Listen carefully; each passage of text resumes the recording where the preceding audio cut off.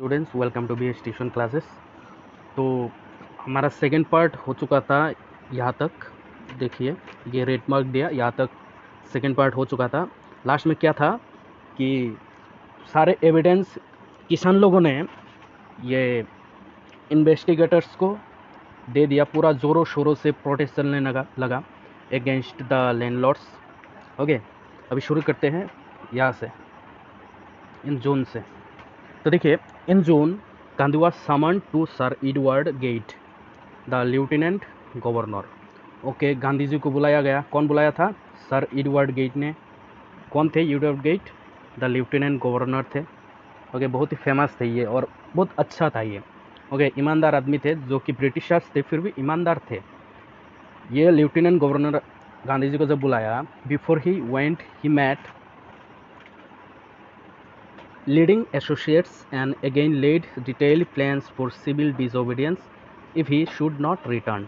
तो देखिए यहाँ पर क्या कहा, before he went he met, जब वो लेफ्टिनेंट गवर्नर के पास गया उससे पहले उन्होंने क्या किया, लीडिंग एसोसिएट्स और उसके साथ जो एसोसिएट्स था, ओके, वो रात को ही मतलब प्लानिंग बनाया कि सिविल डिसोबीडियंस मूवमेंट को कैसे सक्सेसफुल किया जाए, इसका प्लानिंग किया। अगर वो गया और उसको जेल में डाल दिया, अगर वो रिटर्न ना आए तो महात्मा गांधी अगर फोर्सफुली उसको रख दिया तो जेल में अगर भर दिया, हाँ, अगर कोई गुंडे से पिटवा दिया, अगर वो वापस आ नहीं पाए तो उन लोगों को, जो लॉयर्स थे, गांव के किसान थे, उनको क्या क्या करना था।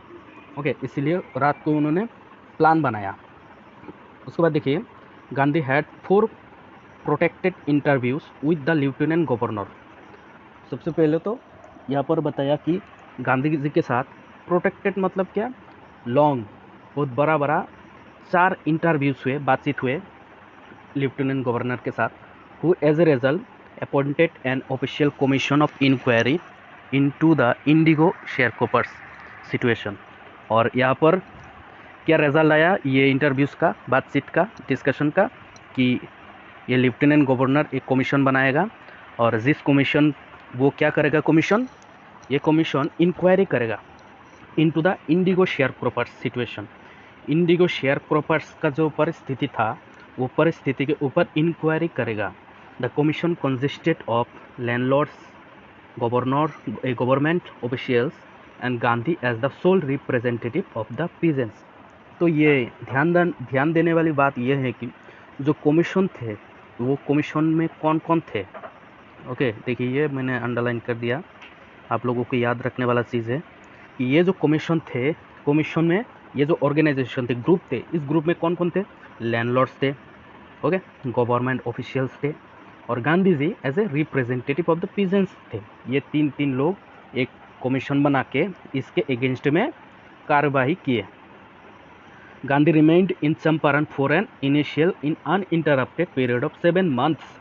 देखिए, देखते ही देखते गांधी जी को कम से कम कितना महीना रहना पड़ गया, कम से कम 7 महीना रहना पड़ गया यहाँ पर चंपारण में। And then again for several shorter visits. जब मतलब ये चंपारण सक्सेसफुल हो गया था, ओके, चंपारण जब सक्सेसफुल हो गया था तो उसके बाद जब गांधी जी चला गया था कहाँ पर, आश्रम पर, उसके बीच में भी वो आता रहता था। ओके, सक्सेस होने के बाद वो बीच में भी आता रहता था। The visit undertaken casually on the entreaty of an unlettered peasant in the expectation that it would last a few days, occupied almost a year of Gandhi's life। लेकिन यहाँ पर क्या किया, अनट्रीटी ऑफ अनलेटर्ड पीजन, अनलेटर्ड मतलब illiterate pigeon, यहाँ पर मतलब पूरा ज़ोरों शोरों से उनको बुलाया गया गांधी जी को इलिटरेट पीजेंस के द्वारा। लेकिन वो जब आए, देखते ही देखते चंपारण में जैसे तैसे 1 साल तो गुजर ही गया था, 1 साल पूरा चंपारण में ही दे दिए थे। ओके, गांधी जी ने अपना ज़िंदगी से 1 साल। उसके बाद देखिए, the official inquiry assembled a crushing mountain of evidence against the big planters. जब ऑफिशियल इंक्वायरी हुआ था तब जैसे एक पूरा विशाल माउंटेन की तरह, एक पहाड़ की तरह एविडेंस जमा हो गए। किसके खिलाफ? प्लांटर्स के खिलाफ, ब्रिटिश लैंडलॉर्ड्स के खिलाफ। Okay, and when they saw this they agreed in principle to make refund to the peasants. और वो कमीशन ने जब देखा कि हाँ, अच्छा, ये तो बहुत सारा एविडेंस है और लैंडलॉर्ड्स के खिलाफ ही है ज़्यादा एविडेंस, तो ये कमीशन ने क्या किया, रिफ़ंड देने का बात मान लिया, ठीक है, रिफ़ंड दे देंगे। लैंडलॉर्ड्स ने भी मान लिया, ठीक है, रिटर्न दे देंगे, रिफ़ंड कर देंगे पैसा। कौन सा पेमेंट रिटर्न कर देगा, वो जो रेंट के हिसाब से लिया था, पहले तो क्रॉप्स लेता था 15% क्रॉप्स, उसके बाद कॉम्पनसेशन लिया था 15%, वो ही पैसा रिटर्न मांग रहा था। तो वो लोग मान भी गया, ठीक है हम रिटर्न करेंगे। लेकिन देखिए उसके बाद क्या हुआ, but how much must we pay, they asked Gandhi. वो लोग लैंडलॉर्ड्स क्या बोले, गांधी जी को बोले कि लेकिन हम रिटर्न तो कर देंगे, रिफंड तो करेंगे, लेकिन कितना रिफंड करना पड़ेगा। अभी देखिए गांधी जी भी, उनको भी तो थोड़ा सा समझ था, जितना पैसा उन लोगों ने लिया था पूरा का पूरा पैसा अगर वापस ले लिया जाए तो उनका भी तो मान सम्मान का बात है। ओके, खर्चा भी हो गया होगा पैसा। तो देखिए, they thought he would demand prepayment in full the money which they had illegally and deceitfully extorted from the sharecroppers। वो लोग सोच रहे थे, कमीशन सोच रहे थे, मतलब लैंडलॉर्ड सोच रहे थे कि गांधी जी पूरा का पूरा पैसा मांग लेंगे, ओके, जो लोग वो इलीगली फोर्सफुली उन लोगों से शेयरहोल्डर से लिए थे। He asked only 50%। Gandhi ji सिर्फ कितना पैसा मांगा कि नहीं हमें आधा पैसा दे दीजिए फिर भी हो जाएगा। गांधी जी ने सिर्फ आधा पैसा मांगा, जितना पैसा उन लोगों ने इलीगली लिया था उनसे सिर्फ 50% पैसा ही मांगा था। There he seemed adamant, okay, तब क्या दिखा रहा, गांधी जी एकदम एडामेंट दिखाई दे रहा था कि जितना मांगा उतना ही देना पड़ेगा। ओके, गांधी जी एकदम एडामेंट जैसा लग रहा था। Rights reverend J Z Hodge, a British missionary in Champaran who observed the entire episode at close range. ये रेवरेंड जे जेड होस लेखक थे है, और वो साइड से पूरा का पूरा एपिसोड देख रहा था, चंपारण एपिसोड जो थे पूरा का पूरा एपिसोड वो देख रहा था और वो लिखा भी था, ओके, चंपारण एपिसोड के बारे में, कि गांधी जी एकदम एडामेंट थे। वो जो 50% पैसा मांग रहा था उनको 50% ही चाहिए था शायद। Thinking probably that he would not give way, the representative of the planters offered to refund to extent of 25%, and to be his amazement mister Gandhi took him at his word, thus breaking the deadlock। और उन्होंने क्या कहा, landlords ने 25% return करेगा ऐसा बोला। वो लोग सोच रहा था कि गांधी तो एडामेंट है, मानेगा नहीं शायद, लेकिन उन्होंने बोला कि हम 50% तो पैसा नहीं देंगे लेकिन हम 25% रिटर्न कर देंगे। और गांधी जी तभी मान लिया, mister Gandhi took him at his word, मतलब वो जैसा बात किया उसी को मान लेना, ओके, उसका बात मान लिया, 10 ब्रेकिंग द डेडलॉक। और तभी डेडलॉक ब्रेक हुआ था। डेडलॉक का ब्रेक होना मतलब जो चीज़ ज़िंदगी में भी नहीं होने वाला था वो चीज़ पहले बार इंडिया में हुआ था कि ब्रिटिश मान गया था।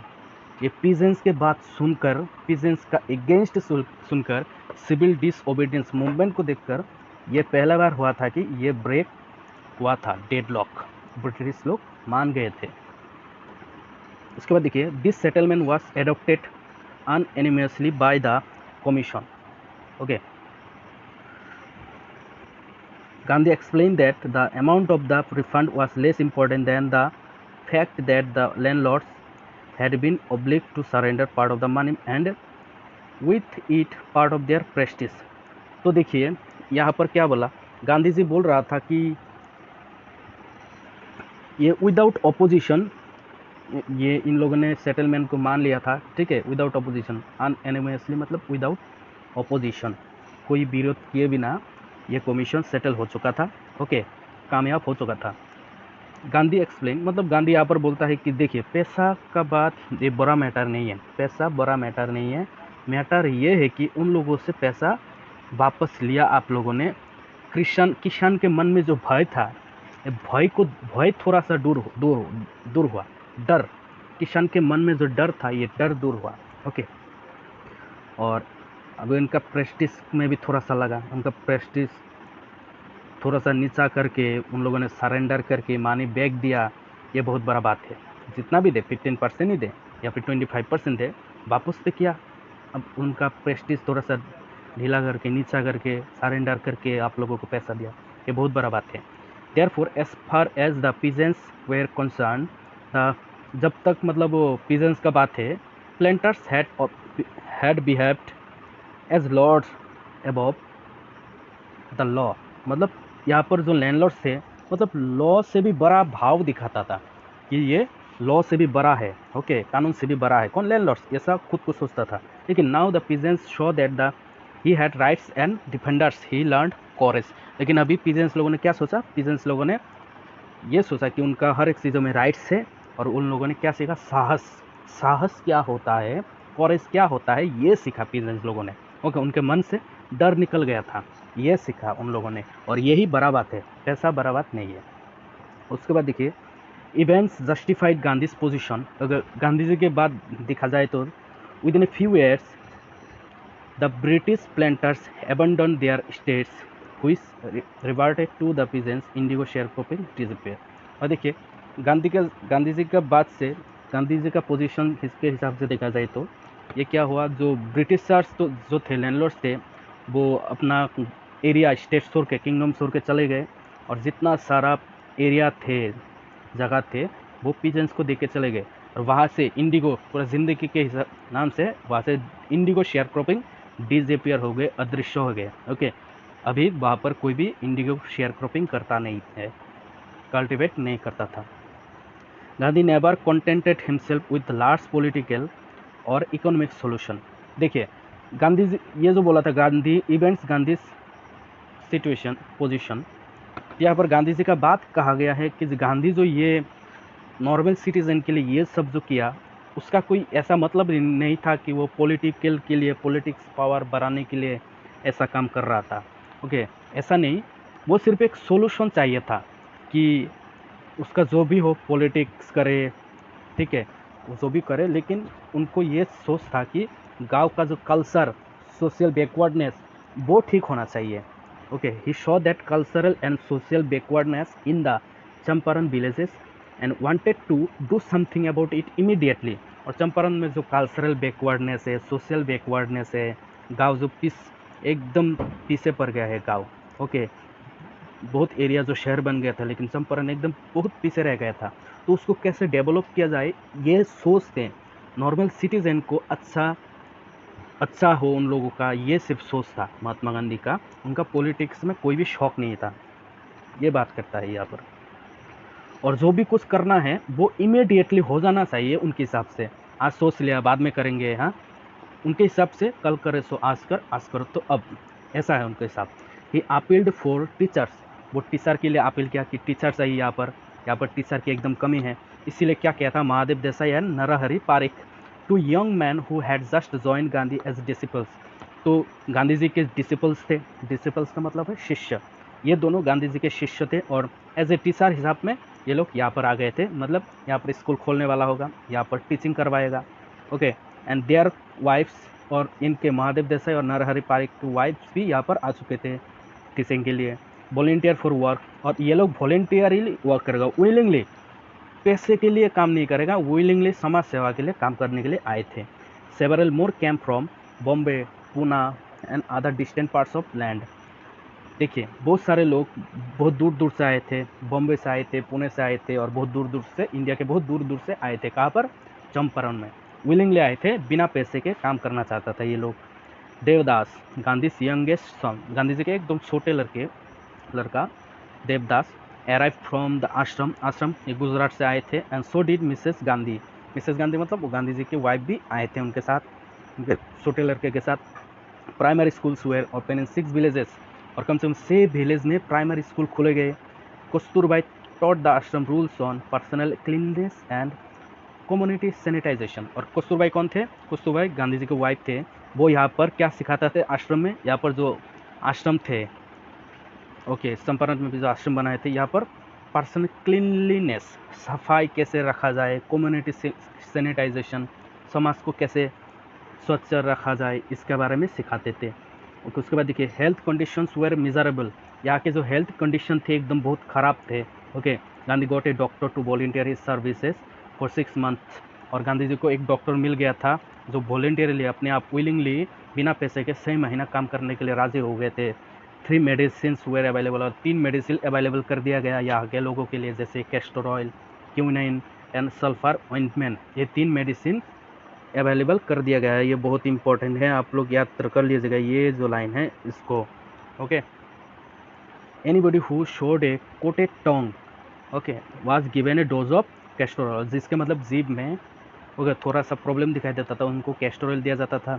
Anybody with malaria fever receipt quinine plus castor oil, जिनको मलेरिया जैसे जर बुखार जैसा लगता था उनको क्विनिन और उसके साथ कैस्टर ऑयल दिया जाता था। Anybody with skin eruptions received ointment plus castor oil, और जिसको मतलब स्किन जलने का ये सब होता था तो उनको मरहम दिया जाता था, ऑइंटमेंट प्लस कैस्टर ऑयल दिया जाता था। नेक्स्ट देखिए next paragraph, Gandhi noticed the filthy state of women's cloth, filthy मतलब गंदा, ओके टूटा फूटा साड़ी गंदा। गांधी जी नोटिस किए जो यहाँ के जो वुमेन थे, महिलाएं थे, वो गंदा कपड़ा पहनते थे। He asked Kasturbai to talk to them about it, और कस्तूरबाई को बोला गया कि आप देखिए कि ये महिलाएं क्यों इतना गंदा कपड़ा पहनते हैं। One woman to Kasturbai into her heart and said, एक महिलाएं क्या किया, कस्तूरबाई को उनके रूम में लेके गए और दिखाया कि look there is no box और कपबोर्ड हेयर फॉर क्लोथ, देखिए कपड़ा रखने के लिए ना कपबोर्ड है ना कोई बॉक्स है। The sari I am wearing is the only one I have, जो साड़ी मैं पहना हुआ हूँ ये सिर्फ एक ही साड़ी है मेरे लिए पहनने के लिए, पूरा एक सालों सालों तक मैं यही पहनता हूँ। तो बहुत ही गरीब थे वो लोग, एक ही कपड़ा पहन के वो स्पेंड करते थे टाइम। गांधी जी को ये बातें बहुत बुरा लगा क्योंकि वो स्वच्छता का ध्यान रखते थे, ओके स्वच्छता का मूर्त थे वो। देखिए during his long stay in Champaran Gandhi kept a long distance watch on the आश्रम, देखिए वो जितना ही दूर था वो आश्रम में चंपारण में बहुत लंबा समय के लिए रहा था, फिर भी वो आश्रम जो थे गुजरात में उसके ऊपर भी वो अच्छे से ध्यान देता था। लेकिन कैसे ध्यान देता था, देखिए he sent regular instruction by mail and asked for financial accounts, और वो लेटर लिखते थे, मेल भेजते थे, मेल कैसे, लेटर से टेलीग्राम भेजते थे, और वो आपका जो फाइनेंशियल अकाउंट है उसके बारे में हिसाब लेते थे, okay. Once he wrote to the residents that it was time to fill in the old latrine trenches and dig a new ones, otherwise the old one would begin to smell bad। और एक या पत्र पे ऐसा लिखा उन्होंने, कहा कि जो पुराना लेट्रिन है उसका भी क्या कर दो, मिट्टी से ढक दो, क्योंकि और नया एक लेट्रिन बना दो, नहीं तो अगर वो मिट्टी से अगर नहीं ढक दिया तो वहाँ से बास आएगा, ओके स्मेल, खराब स्मेल आएगा, और वहाँ से क्या होगा, आप सभी को वहाँ से शरीर खराब हो सकता है, हेल्थ खराब हो सकता है वहाँ से, इसलिए वो पूरा स्वच्छता का ध्यान रखते थे। उसके बाद देखिए यहाँ पर the Champaran episode was a turning point in Gandhi life, और ये जो चंपारण एपिसोड थे ये गांधी जी के लाइफ में एक टर्निंग पॉइंट बन चुके थे, ओके क्यों टर्निंग पॉइंट, क्यों, व्हाट आई डिड, मतलब गांधी जी ने क्या किया, एक्सप्लेन, गांधी जी बोलते हैं what I did was a very ordinary thing, मैंने सिर्फ एक सिंपल सा चीज़ किया मैं यहाँ पर आके, लेकिन ये जो चंपारण जो एपिसोड थे, चंपारण का जो कारनामा था, ये मेरे ज़िंदगी में एक बड़ा सा असर पड़ गया, एक टर्निंग पॉइंट बन गया। क्यों, क्योंकि मैंने आके सिंपल सा काम किया था मैं। I declare that the British could not order me about in my own country, मैंने सिर्फ यही माना, यही किया कि ब्रिटिश हमारे कंट्री में हम लोगों को ऑर्डर नहीं कर सकते, ओके ब्रिटिश बाहर से आके हम लोगों को देश में आके हम लोगों को ऑर्डर नहीं कर सकते, okay. But Champaran did not begin as an act of defiance, okay, लेकिन चंपारण एपिसोड जो थे ये मतलब ओपोजिशन से शुरू नहीं हुआ था, ओके डिफेंस का मतलब होता है ओपोजिशन, ये ओपोजिशन से स्टार्ट नहीं हुआ था, एकदम सिविल डिसओबीडियंस मूवमेंट से शुरू नहीं हुआ था पहले, ओके पहले तो नॉर्मल बातचीत हो रहा था। It grew out of an attempt to alleviate the distress of large number of poor peasants, मैंने सिर्फ यही किया कि यहाँ पर आके जो गरीब लोग थे उनका जो टेंशन था, उनका टेंशन थोड़ा सा कम करने का काम किया, कि उनके प्रॉब्लम को कैसे थोड़ा सा कम किया जाए, उनका टेंशन को कैसे कम किया जाए, okay. This was the typical Gandhi pattern, तो गांधी जी का सिर्फ यही टिपिकल पैटर्न थे, जहाँ पर भी वो जाते थे वो यही काम करता था कि लोगों का टेंशन कम होना चाहिए, ओके नहीं तो टेंशन में आके लोग बहुत ख़राब काम कर लेते हैं। His politics were intertwined with the practical, और उनका जो पॉलिटिक्स है वो क्या है, मतलब किसके साथ जुड़ा हुआ है, इंटरविंड मतलब जुड़ा हुआ, किनके साथ, प्रैक्टिकल लाइफ के साथ जुड़ा हुआ है, डे टू डे प्रॉब्लम के साथ जुड़ा हुआ है, जो हर लोगों को प्रॉब्लम होता है डे टू डे लाइफ में, उनका पॉलिटिक्स भी उसी हिसाब से काम करता है। उनका पॉलिटिक्स क्या था, नॉर्मल सिटीजन को, नॉर्मल पीपल को ऐसा बेनिफिट हो जाना चाहिए, बस यही था उनका motto. He was not a loyalty of abstraction, okay, तो यहाँ पर क्या बोला, एब्स्ट्रैक्शन मतलब आइडियाज़। वो आइडियाज़ के ऊपर काम नहीं करते कि आइडिया लगा तो ऐसा हो जाएगा, ऐसा हो जाएगा, नहीं। It was a loyalty to living human being. एक ह्यूमन बींग को कैसा रहना चाहिए, कैसे ज़िंदगी जीना चाहिए, ह्यूमन बींग को लॉयल्टी होना चाहिए, बस इसके ऊपर ही वो बिलीव रखते थे। उनका कोई आइडिया वगैरह नहीं थे। ओके, आइडिया के ऊपर वो जिंदा नहीं रहते थे। उनको जो करना था तुरंत करते थे और लोगों के भलाई के लिए करते थे। In everything Gandhi did more over he tried to mold a new free Indian who could stand on his own feet and thus make India free। Mode का मतलब होता है मेक, बनाना। उनका सिर्फ एक ही मोटो था कि वो ट्राई करता था कि एक न्यू फ्री इंडियन वो बनाए। तो ऐसा इंडिया बनाना चाहता था कि हर एक इंसान खुद के पैरों के ऊपर खड़ा हो सके। ओके, वो फ्री इंडियन बनाना चाहता था। इंडिया फ्री, इंडिया में एकदम हर किसी को फ्रीडम से जीना सिखाना चाहता था। हर एक व्यक्ति अपने पैरों के ऊपर खड़ा होकर काम करे, अपने ऊपर डिपेंड हो, दूसरे के ऊपर डिपेंड ना हो, वो ऐसा चाहता था। और देखिए एकदम लास्ट पैराग्राफ बाकी रह गया है। Early in the Champaran action Charles Freer Andrews, मतलब C.F. Andrews the English pacifist. Pacifist का मतलब होता है शांतिवादी, जो जिसको शांत पसंद हो, लड़ाई झगड़ा पसंद नहीं हो। और ये जो C.F. एंड्रयूस था, इनको ये शांत स्वभाव का था, जो कि इंग्लिशमैन था लेकिन शांत स्वभाव वाला था, उनको झगड़ा पसंद नहीं था। Who had become a devoted follower of Mahatma Gandhi. तो लास्ट में ये क्या हो चुका था, ये महात्मा गांधी का फॉलोअर बन चुका था, महात्मा गांधी को पसंद करता था, जो कि ये ब्रिटिशर्स थे। Came to bid Gandhi farewell before going on tour of duty to the Fiji island. और इनको ऑर्डर मिला था कि फिजी आइलैंड में इनका ड्यूटी लग जाएगा। ओके, तो फिजी आइलैंड से जाने से पहले गांधी जी के साथ फेयरवेल करने के लिए आए थे। ओके, विदाई संभाषण करने के लिए आए थे। Gandhi's lawyers friends thought it would be a good idea for Andrews to stay in Champaran and help them। और ये जो गांधी जी के जो लॉयर्स फ्रेंड थे, वो सोच रहा था कि ये एंड्रयूस को, C.F. एंड्रयूस को इंडिया में रोक दिया जाए, वो इंडिया में रहे और उनको हेल्प करे। ओके, चंपारण वासियों को हेल्प करे, वो एंड्रयूस को पसंद करने लगे थे। Andrews was willing if Gandhi agree. और देखिए, एंड्रयू रुक जाता अगर गांधी जी एग्री हो जाता है। अगर गांधी जी एक बार बोलता ठीक है एंड्रयू भाई आप रुक जाओ, तो एंड्रयू ज़रूर रुक जाता है। लेकिन बट गांधी वाज वेहेमेंटली अपोज, मतलब ज़ोरों शोरों से, वेहेमेंटली मतलब ज़ोरों शोरों से अपोज किया, नहीं ऐसा नहीं होगा। He said, "You think that in this unequal fight it would be helpful if we have an Englishman on our side?" मतलब वो बोला आप लोग क्या चाहते हो, ये जो अनइक्वल फाइट हुआ, मतलब हम लोगों के पास पावर नहीं है, वो ब्रिटिशर्स के पास पावर है, अगर हमारे साथ एक इंग्लिशमैन आ जाए तो हमारा बहुत अच्छा होगा, भला होगा, आप ये चाहते हो ना। This shows the weakness of our heart. ये क्या दिखाता है कि आप दूसरे के ऊपर डिपेंडेंट हो रहे हो और खुद कमज़ोर हो। आप क्या चाहते हो, आप खुद को कमज़ोर बताना चाहते हो, इसीलिए आपका हेल्प, वो एंड्रयूस का हेल्प चाहिए आपको, इसीलिए, है ना। The cause is just and you must rely upon yourselves to win the battle. तो सिर्फ अपने ऊपर विश्वास करो, किसी के और के ऊपर विश्वास करने का ज़रूरत नहीं है। किसी भी बैटल को जीतने के लिए सिर्फ अपने ऊपर विश्वास रखना ज़रूरी होता है। Okay, you should not seek a prop in Mister Andrews because he happens to be an Englishman. Prop का मतलब होता है, आप बोल सकते हो कि कोई भी डंडा या फिर लाठी, ओके, या फिर पोल बोल सकते हो, पोल। तो देखिए यहाँ पर बोला कि आप ये एंड्रयूस को किस हिसाब से, मतलब जो कि वो इंग्लिशमैन है, उसको एक पोल के हिसाब से आप यूज़ करना चाहते हो, है ना।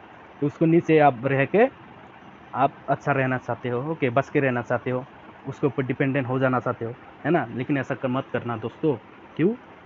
ही had read our minds correctly. वो ये लोग बोलता है, राजेंद्र प्रसाद बोलता है कि he had read our minds correctly.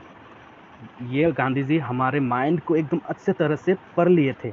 Okay, and comments की वी हैड नो रिप्लाई। और हमारे पास कोई भी रिप्लाई नहीं थे गांधी जी को रिप्लाई करने के लिए, क्योंकि गांधी जी हमारे बारे में, हमारे जो कुंडली थी, पूरा का पूरा ज़िंदगी का कुंडली ले चुका था। हमारे ज़िंदगी का पूरा हिसाब किताब उसके पास था, हमारे माइंड्स को पढ़ लिया था, और हमारे पास कुछ भी रिप्लाई करने का जगह नहीं था। Gandhi in this way taught us a lesson in self reliance. और गांधी जी हम लोगों को क्या सिखाया? गांधी जी हम लोगों को सिखाया सेल्फ रिलायंस, सेल्फ कॉन्फिडेंस सिखाया गांधी जी ने। सेल्फ रिलायंस का मतलब होता है self confidence. Indian independence and help to sharecroppers were all bound together. और इंडिया का जो इंडिपेंडेंस है, इसमें भी गांधी जी का मदद हुआ, हेल्प किया। और शेयर क्रॉपर्स का ये जो किस्सा था ये टोटली ख़त्म कर दिया, हेल्प किया गांधी जी ने हमको छुटकारा पाने के लिए। तो इतना ही है, ये बहुत ही ज़बरदस्त ये था, लेसन था सच में। अगर वीडियो को अच्छा लगा तो लाइक करें, शेयर करें, सब्सक्राइब तो ज़रूर करें। और देखिए सब्सक्राइब करना मत भूलना और शेयर करना मत भूलना। आगे कौन सा वीडियो चाहिए आप ये डिस्क्रिप्शन में आपको मिल जाएगा नेक्स्ट वीडियो वगैरह, और कमेंट तो ज़रूर करें कौन सा